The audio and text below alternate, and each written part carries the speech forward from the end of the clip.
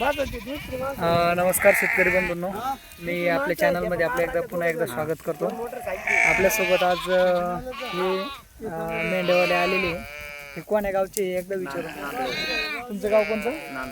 नांदगावचं. आता हे मेंढे किती मेंढे आहे सरासरी? 1000 मेंढे यांची. आणि हे एका शेतामध्ये बसवायचे म्हणलं किती फी वगैरे म्हणजे काही चार्जेस घेत असतात पैसे शेतकऱ्याकडून? 10-20 किलो घेते. 10-20 किलो धान्य घेते, जेणेकरून त्यांचं म्हणजे रोजचं जेवणाचं वगैरे भागल त्यामध्ये.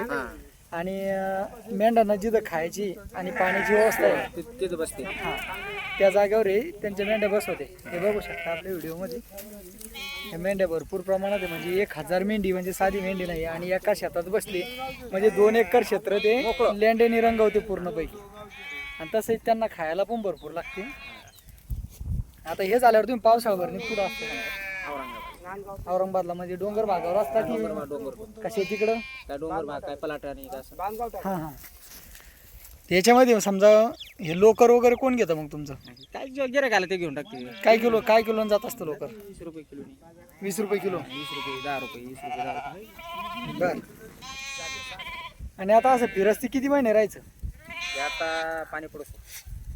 पाणी पडल्यावर परुसतं, मग पाणी पडलं डोंगरात झाले, मग पाणी संपलं की निघले जंगलात आखी लगे फिरस्ती इकडे. हा इकडे शेता. बरं. याचं उत्पन्न सरासरी की एका मेंढीपासून किती उत्पन्न होतं? काय नाही होतं त्याचं.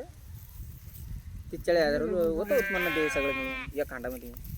एका खांडात किती मेंढ्या राहतात? एका खांडात 100 100-125 मेंढी राहते समजा. 100-100. चालतं, ठीक आहे.